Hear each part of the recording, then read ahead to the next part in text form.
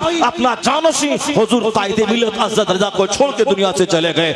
आज जब वो खत्म बुखारी करवाते हैं, आज जब वो खिताब करते हैं, आज जब वो दीनी महफिलों में उलमा का क्लास लेते हैं, तो ऐसा लगता है कि जो शेर का बच्चा शेर होता है, लोग दरसगाहों में 25 साल पढ़ने के बाद उतना कुछ नहीं सीख सकते जितना ताजुल शरिया ने 2-4 साल अपने साथ रखकर आंखों से आंखें मिलाकर अपने बेटे के सीने को इल्म के आवाज़गाह बना दिया। नारे तकबीर, नारे रिसालत, चादरें वहां बेची जाती है, चादरें वहां बेची जाती है जहां इल्म नहीं होता, फूल वहां बेचा जाता जहां इल्म नहीं होता, लेकिन जहां इल्म होता वहां चादर नहीं बेची जाती है, वहां फूल नहीं बेचा जाता है। इल्म का जादू सबके सर चढ़ के बोलता है। आज की तारीख में बरेली शरीफ की धमक जो सारी दुनिया में है वह इल्म की वजह से है, वह तकवा की वजह से है, वह इश्क रिसालत की वजह से है। अजमेर का मुजाहिल मुजाविर वह फूल बेच के चाहता है कि अहमद रज़ा से मुकाबला कर ले, वो चाहता है कि फूल और चादर बेचकर वो इज्जत हम हासिल कर ले।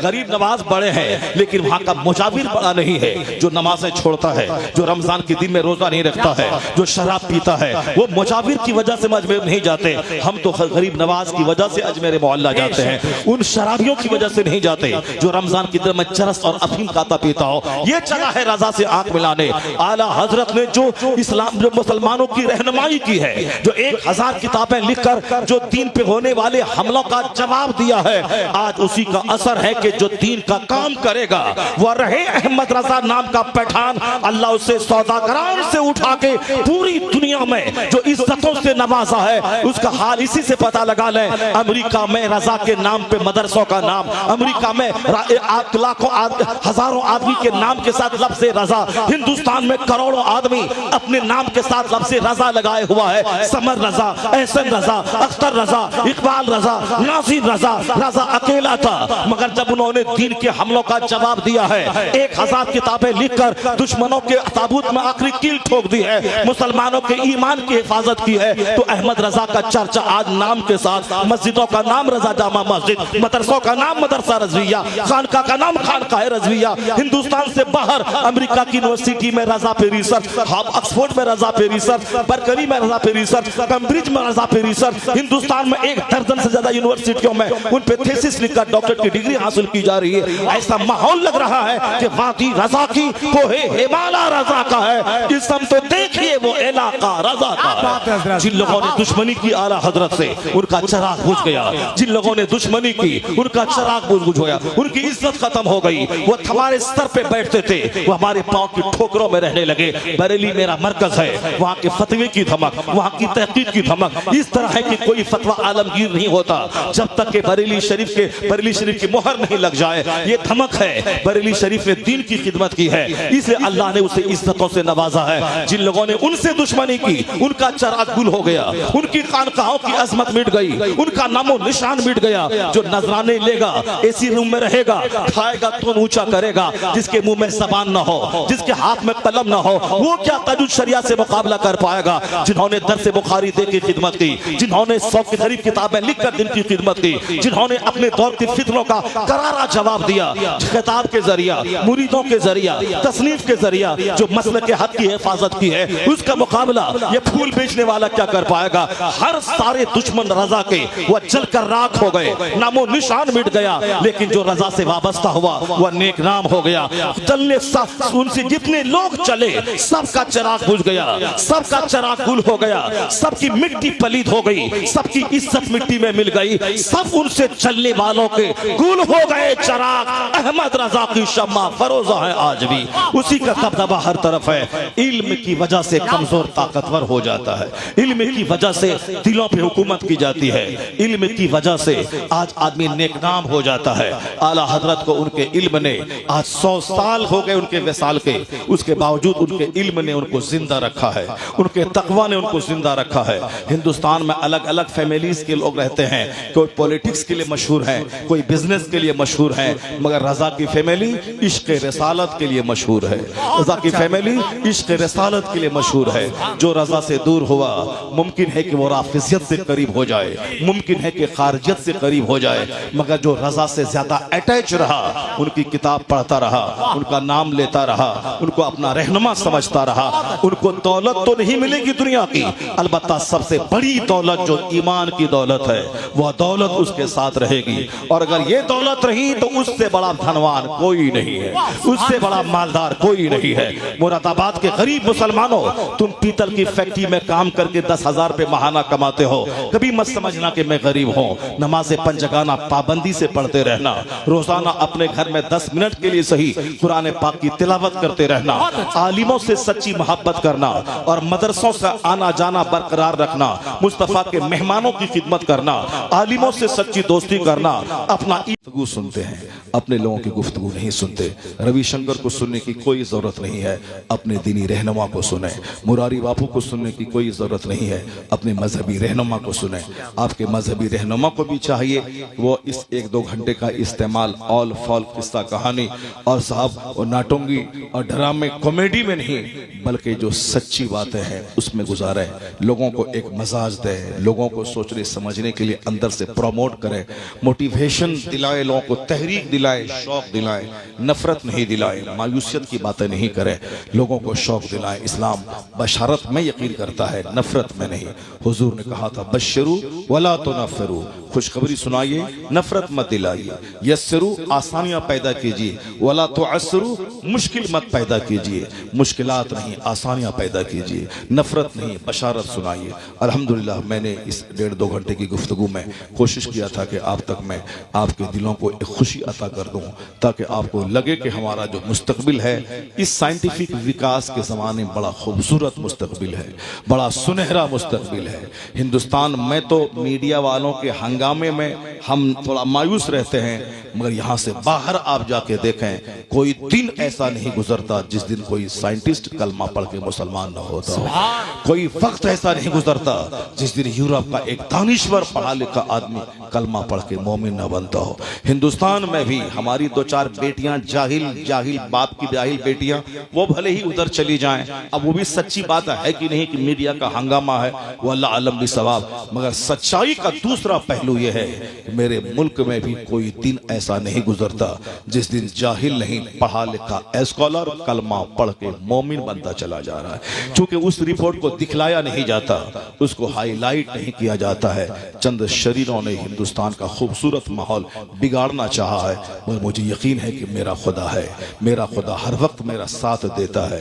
2 साल पहले हिंदुस्तान के 40 करोड़ मुसलमान मायूस थे, मेरी चीखो पुकार दब के रह गई, मेरा एहतजाज मुजाहरा उस पर कोई असर हुकूमत का नहीं पड़ा, हुकूमत ने उसकी कोई नोटिस नहीं लिया, मगर हमारी दुआएं, हमारे बुजुर्गों की दुआएं काम आई, जो रात भर रो के दुआ करते थे मस्जिदों में तहज्जुद की नमाज में, उनकी दुआएं रंग लाई कि हुआंग सिटी से एक छोटा सा कीड़ा आ गया हिंदुस्तान, और वह कीड़ा इस तरह इन ताकतवरों को गुरूर तोड़ दिया कि बस सब कुछ भूल करके उसी कीड़े के क्वारंटाइन में लग गए, आइसोलेशन में लग गए। लोग कहते थे पता नहीं क्या होगा इस एनआरसी का, अल्हम्दुलिल्लाह उस कीड़े ने वो धमाल मचा दिया, ये सबका गुरूर तोड़ के बता दिया, ज्यादा अकड़ना मत, ज्यादा बिगड़ना मत, ज्यादा जुल्म मत करना, तुम्हारे चाहने से सब कुछ नहीं होता है, वही होता है जो मंजूर खुदा होता है। वाह वाह। इसलिए जिस अल्लाह ने आपको इज्जत दिलाई, जिस अल्लाह ने इस संकट की घड़ी में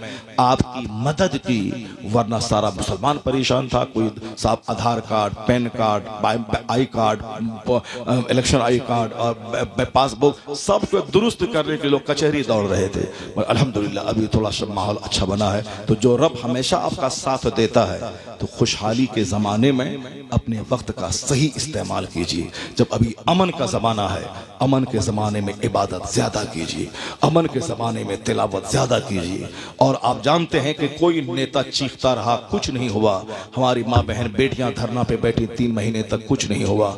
मौलवी चीखता रहा, कोई असर नहीं पड़ा। मगर अल्लाह ने जब मदद करना चाहा, एक छोटे से कीड़े से सारी दुनिया को हिला के रख दिया।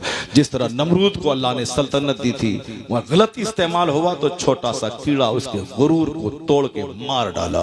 उसी तरह आज का नमरूद भी अगर नहीं संभलेगा तो अल्लाह रब्बुल इज्जत को उस नमरूद को ठिकाने लगाना आता है, जो कल के बड़े नमरूद को भी इसी मामूली सी मच्छर से तबाह किया था, आज के नमरूद को भी मामूली मच्छर से तबाह करने की ताकत वो अल्लाह रखता है। इसलिए आपका कोई कुछ नहीं बिगाड़ पाएगा। आप नमाज नहीं पढ़ते हैं, अपना बिगाड़ रहे हैं, मदरसों को उजाड़ रहे हैं, अपना बिगाड़ रहे हैं, आप काफिरों की तरह शादी ब्याह कर रहे हैं, अपना बिगाड़ रहे हैं। कोई काफिर आपका कुछ नहीं बिगाड़ सकता।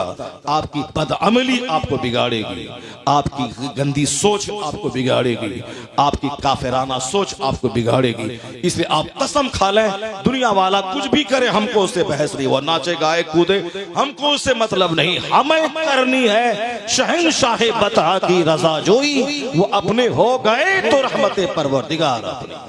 अल्लाह तबारक व तआला हमको और आपको सबों को नेक बनने की तौफीक अता फरमाए। हालांकि मैं तो आज बिल्कुल मूड बना के आया था कि कुरान शरीफ की से 5-10 जगहों से बिल्कुल अजूबा बातें होगा। इसको इस मिसाल से समझ ले, अगर मुकेश अंबानी की बीवी 100 करोड़ की कार लेकर तेरे पास आ जाए और बोले तू मेरे घर में एक चांदी सोने का बुत है, उसको सजदा कर, या 100 करोड़ की कार मैं तुझको दे दूंगी, मुझे यकीन है कि पीतल बनाकर 10,000 महाना कमाने वाला वो यही जवाब देगा, मैं तुम्हारी कार पे थूक दूंगा मगर ईमान का सौदा नहीं करूंगा, ईमान का सौदा नहीं करूंगा। तो जो दौलत अल्लाह ने आपको दी है वह खरबों के घर से बड़ी दौलत है, जो दौलत अल्लाह ने दी है वह खरबों की कार से बड़ी दौलत है, जो दौलत अल्लाह ने दी है वह सोने चांदी के मकान से बड़ी दौलत है। इस दौलत की हिफाजत रहे, यह दौलत मरते दम तक साथ रहे, वरना बहुत सारे लोग हैं मुसलमान थे पहले, मरते वक्त मुसलमान नहीं रहे, मरते वक्त ईमान चला गया। इसे उस दौलत की हिफाजत करने के लिए दौलत की हिफाजत कैसे होगी, कैसे कहां से वो दौलत लूटने से बचेगी, उससे रिश्ता मजबूत करना होगा। आलिम दीन के पास बैठेंगे तो फुटबॉल की बात नहीं करता है, वो क्रिकेट की बात नहीं करता है, वह फिल्म की बात नहीं करता है। आलिम के पास जब भी बैठते हैं वो कुरान की बात करता है, वो हदीस की बात करता है, कुरान पाक की रोशनी में हमें जन्नत का रास्ता दिखलाता है। इसलिए आलिम से दुश्मनी आदमी को तबाह बर्बाद कर डालेगी और आलिम की दोस्ती आदमी के ईमान की हिफाजत की जिम्मेदारी अदा कर देगी। हजरत सुफियान सौरी जिंदगी के जवानी के भी अहद में है, मगर उन्होंने जवानी में झुक के चलना शुरू कर दिया। लोगों ने पूछा हुजूर आप आलिम दीन मुहद्दिस कबीर हैं, ये और बात है मगर उम्र का भी तकाजा है, आप जवान हैं, इस वक्त कमर क्यों झुक गई आपकी? कहा जिंदगी का एक हादसा मेरी कमर को झुका दिया। कहा वह कौन सा हादसा था? कहा मेरे बचपन के 3 उस्ताद थे, वह तीनों बहुत काबिल लाइक 5 उस्ताद थे और बहुत बासलाहियत और बहुत बड़े आबिद थे, दिन भर रोजा रखते, रात भर क़याम करते, नमाज पढ़ते, मगर मरने से पहले तीनों का अंजाम बुरा हो गया। एक यहूदी होके मर गया, एक नसरानी होके मर गया, एक मजूसी होके मर गया। मुहद्दिस कबीर सुफियान सौरी कहते हैं जब से मैंने अपने इन 3 असातिज़ा का अंजाम बुरा देखा मेरी जिंदगी से सुकून उड़ गया है। अब एक ही फिक्र सताती है कि मेरा क्या होगा।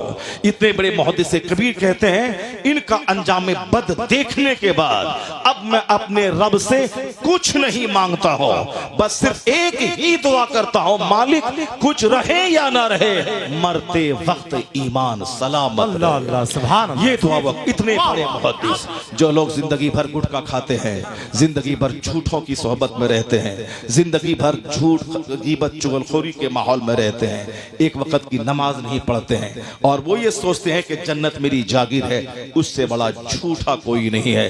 यहाँ तो मुहद्दिस कबीर नमाज पंजगाना का पाबंद, बहुत बड़े मुत्तकी वलियों की जमात के इमाम, वलियों की जमात के इमाम, इनकी सोच इतनी बुलंद है कि रोते हैं और रात रात भर अल्लाह के हुजूर ईमान की सलामती की दुआ करते हैं। और यहाँ न तकवा है न इल्म है, उसके बावजूद घमंड है कि जन्नत मेरी जागीर है। इसका मतलब है कि हमने कांच को सोना समझ लिया है। सोना अलग चीज है। इन बुजुर्गों की जिंदगी का मुताला करने से सीने का घमंड दूर होता है, यहाँ का गुरूर चकनाचूर होता है, आदमी को एहसास होता है मुझे क्या करना था, किस काम के लिए पैदा हुआ हूँ, मैं क्या कर रहा हूँ। इसलिए नेकों से रिश्ता नाता जुड़ा रहे, आलिमों से संबंध बना रहे और अपने से दूसरों को फायदा पहुंचाना चाहे, कष्ट नहीं पहुंचाएं। जहां से मैंने गुफ्तगू का आगाज किया था, मैं वही गुफ्तगू को मैं खत्म कर रहा हूँ। आपके दिल को एक खुशी में देना चाहता हूँ। वो खुशी यही कि आज सारे लोग कहते हैं कि इस्लाम का मुस्तकबिल खतरे में है, मगर मेरा खुदा कहता है हुवल्लज़ी अरसला रसूलहु बिल हुदा व दीनिल हक। वो अल्लाह है जिसने अपने रसूल को हिदायत और दीन हक के साथ भेजा है ताकि इस्लाम को सारे मज़ाहिब पे गालिब कर दे। इस्लाम गालिब होने आया है, मगलूब होने नहीं आया है। अल्लाह कहता है ये काफिर युरीदून लियुत्फिउ नूर अल्लाह बिअफ़वाहिहिम, अपने मुंह से इस्लाम का नूर बुझाना चाहते हैं। वल्लाहु मुतिम्मु नूरी, अल्लाह उस नूर को पूरा करना चाहता है। तो अल्लाह जो चाहता है वो होगा, बंदा जो चाहता है वो नहीं होगा। है नूरे खुदा कुफ्र की हरकत पे खंदाजन, फूकों से चिराग बुझाया ना जाएगा उसके। और हुजूर ने फरमाया ला यब्का अला ज़हरिल अर्द बैतु मदरियों वाला वब्र इल्ला अदखलहुल्लाहु कलिमतल इस्लाम। इस धरती पर कोई कच्चा पक्का घर नहीं बचेगा मगर वहां अल्लाह इस्लाम का कलमा दाखिल फरमा देगा। यानी दुनिया के हर घर में इस्लाम पहुंचेगा, हर फूस और पुख्ता के मकान में इस्लाम पहुंचेगा। ये मुस्तफा कहते हैं। और यूरोप का दानिशवर डॉक्टर बर्नार्ड शॉ ने कहा था if any religion has a chance of ruling over England nay Europe within the next 100 years it is Islam. कोई मौलाना बोलता तो लोग कहते मौलाना खुशफहमी में मुब्तला है। कोई हिंदुस्तान के राइटर बोले वो कमजोर राइटर किसी को खुश करने के लिए बोल रहा है। बर्नार्ड शॉ यूरोप का जबरदस्त पढ़ा लिखा वो शख्स है जिसकी किताब हिंदुस्तान की यूनिवर्सिटीज में चलती है। एक बड़ा पढ़ा लिखा यूरोप की सरजमीन का माहिर वो क्या कहता है, यूरोप की सरजमीन का माहिर वो क्या कहता है कि ऐसा लग रहा है दुनिया में जो साइंस का माहौल बन रहा है, सोचने समझने का और जहालत से निकलने का, तवहुमात से निकलने का, अंधभक्ति से निकलने का जो माहौल यूरोप में बन रहा है, सच्चाई की तलाश बढ़ रही है। वो कहते हैं इस माहौल में मैं कह सकता हूं if any religion has a chance of ruling over England nay Europe within the next 100 years it is Islam. मौलाना मौलवी पीर और हिंदुस्तान का कोई दानिश्वर नहीं। बर्नार्ड शॉ कहता है अगर आने वाले 100 साल के अंदर पूरे इंग्लैंड ही नहीं पूरे यूरोप महाद्वीप में, यूरोप में फ्रांस भी है, यूरोप में बेल्जियम भी है, यूरोप में जर्मनी भी है, यूरोप में हॉलैंड भी है, ये सारे तरक्की याफ्ता ममालिक यूरोप बर्रे आजम में है। यूरोप का ही एक इंसान बर्नार्ड शॉ कहता है अगर आने वाले 100 साल में सिर्फ इंग्लैंड नहीं यूरोप महाद्वीप में अगर कोई मजहब हुकूमती मजहब बनने वाला है तो मजहब इस्लाम बनने वाला है। आने वाले 100 साल में पूरे यूरोप बर्रे आज़म में कोई मजहब रूलिंग मजहब बनने वाला है तो मजहब इस्लाम बनने वाला। आज भी वहां मजहब इस्लाम है, आज भी वहां दाढ़ी टोपी है, आज भी वहां मदरसे मस्जिदें हैं, मगर रूलिंग मजहब कौन कहता है? मैं नहीं, वहां का एक क्रिश्चियन दानिश्वर कहता है कि जो माहौल वहां का बन रहा है उसको देखकर कहा जा सकता है कि आने वाला वक्त इस्लाम का है, आने वाला दिन इस्लाम का है। अल्हम्दुलिल्लाह हिंदुस्तान के मुसलमानों को मायूसियत की कोई ज़रूरत नहीं है, सिर्फ अपनी जिम्मेदारी से आप वाबस्ता रहें, हुजूर के सच्चे गुलाम बन के रहें। जो भी खुराफात चोर दरवाजे से मेरी जिंदगी में दाखिल हो गए हैं उन सारी चीज़ों को अपने से दूर करें। मैंने नेताजी के आने से पहले मैंने एक मफहूम दिया था कि जो वो पंडित जी जो अपनी असलियत से जुड़े हुए हैं, सीएम की कुर्सी पर बैठने के बाद भी उन्होंने अपनी लुंगी नहीं छोड़ी, अपना हाफ कुर्ता नहीं छोड़ा। तो हमारे जो बच्चे जिस तरह से परवान चढ़ते जाएं, आगे बढ़ते जाएं, वो भी उनको देख के सबक हासिल करके अहद कर लें। चाहे मैं जितनी तरक्की करता चला जाऊं मगर मैं बुनियाद से जुड़ा रहूंगा। मेरा लिबास इस्लामी, मेरी बात इस्लामी, मेरा माहौल इस्लामी, मेरा इन्वायरमेंट इस्लामी। अगर ऐसा रहा तो मुस्तफ़ा की मदद आपके साथ, गौसे आजम की अता आपके साथ, अल्लाह की रहमतें आपके साथ, आपकी मेहनत रही तो दुनिया की दूसरी कौमें बाद में सबसे आगे मुस्तफ़ा का गुलाम चलता चला बेशक, जाएगा। बेशक। मांगते फिरते हैं अगयार से मिट्टी के चराग, अपने खुर्शीद पे फैला दिए साए हमने अपने मजहब, अपने मदरसे, अपनी किताबों पे हमने साया डाल दिया, पर्दा डाल दिया। इस दूसरों के नॉवेल पढ़ते हैं, दूसरों की हिस्ट्री पढ़ते हैं, दूसरों का ड्रामा पढ़ते हैं, दूसरों की मिसाल देते हैं, दूसरों की गुफ्तगू सुनते हैं, अपने लोगों की गुफ्तगू नहीं सुनते। रविशंकर को सुनने की कोई ज़रूरत नहीं है, अपने दीनी रहनुमा को सुने। मुरारी बापू को सुनने की कोई ज़रूरत नहीं है, अपने मजहबी रहनुमा को सुने। आपके मजहबी रहनुमा को भी चाहिए वो इस 1-2 घंटे का इस्तेमाल ऑल फॉल किस्सा कहानी और साहब और नाटोंगी और ड्रामे कॉमेडी में नहीं, बल्कि जो सच्ची बातें हैं उसमें गुजारे, लोगों को एक मजाज दे, लोगों को सोचने समझने के लिए अंदर से प्रमोट करे, मोटिवेशन दिलाए, लोगों को तहरीक दिलाए, शौक दिलाए, नफरत नहीं दिलाए, मायूसियत की बातें नहीं करे, लोगों को शौक दिलाए। इस्लाम बशारत में यकीन करता है, नफरत में नहीं। हुजूर ने कहा था बशरू वला तो नफरू, खुशखबरी सुनाइए, नफरत मत दिलाइए। यस्सरू, आसानियां पैदा कीजिए, वला तो असरू, मुश्किल मत पैदा कीजिए, मुश्किलात नहीं आसानियां पैदा कीजिए, नफरत नहीं बशारत सुनाइए। अल्हम्दुलिल्लाह मैंने इस 1.5-2 घंटे की गुफ्तगू में कोशिश किया था कि आप तक मैं आपके दिलों को एक खुशी अता कर दूं, ताकि आपको लगे कि हमारा जो मुस्तकबिल है इस साइंटिफिक विकास के ज़माने में बड़ा खूबसूरत मुस्तकबिल है, बड़ा सुनहरा मुस्तकबिल है। हिंदुस्तान में तो मीडिया वालों के हंगामे में हम थोड़ा मायूस रहते हैं, मगर यहाँ से बाहर आप जाके देखें, कोई दिन ऐसा नहीं गुजरता जिस दिन कोई साइंटिस्ट कलमा पढ़ के मुसलमान न होता हो। कोई वक्त ऐसा नहीं गुजरता जिस दिन यूरोप का एक दानिश्वर पढ़ा लिखा आदमी कलमा पढ़ के मोमिन न बनता हो। हिंदुस्तान में भी हमारी 2-4 बेटियां जाहिल बाप की जाहिल बेटियां, वो भले ही उधर चली जाएं, अब वो भी सच्ची बात है कि नहीं कि मीडिया का हंगामा है, वो अल्लाह आलम भी सवाब, मगर सच्चाई का दूसरा पहलू यह है कि मेरे मुल्क में भी कोई दिन ऐसा नहीं गुजरता जिस दिन जाहिल नहीं पढ़ा लिखा स्कॉलर कलमा पढ़ के मोमिन बनता चला जा रहा है। क्योंकि उस रिपोर्ट को दिखलाया नहीं जाता, उसको हाईलाइट नहीं किया जाता है। चंद शरीरों ने हिंदुस्तान का खूबसूरत माहौल बिगाड़ना चाहा है, मगर मुझे यकीन है कि मेरा खुदा है, मेरा खुदा हर वक्त मेरा साथ देता है। 2 साल पहले हिंदुस्तान के 40 करोड़ मुसलमान मायूस थे, मेरी चीखों पुकार दब के रह गई, मेरा एहतजाज मुजाहरा, उस पर कोई असर हुकूमत का नहीं पड़ा, हुकूमत ने उसकी कोई नोटिस नहीं लिया, मगर हमारी दुआएं, हमारे बुजुर्गों की दुआएं काम आई, जो रात भर रो के दुआ करते थे मस्जिदों में तहज्जुद की नमाज में, उनकी दुआएं रंग लाई कि हुआंग सिटी से एक छोटा सा कीड़ा आ गया हिंदुस्तान, और वह कीड़ा इस तरह इन ताकतवरों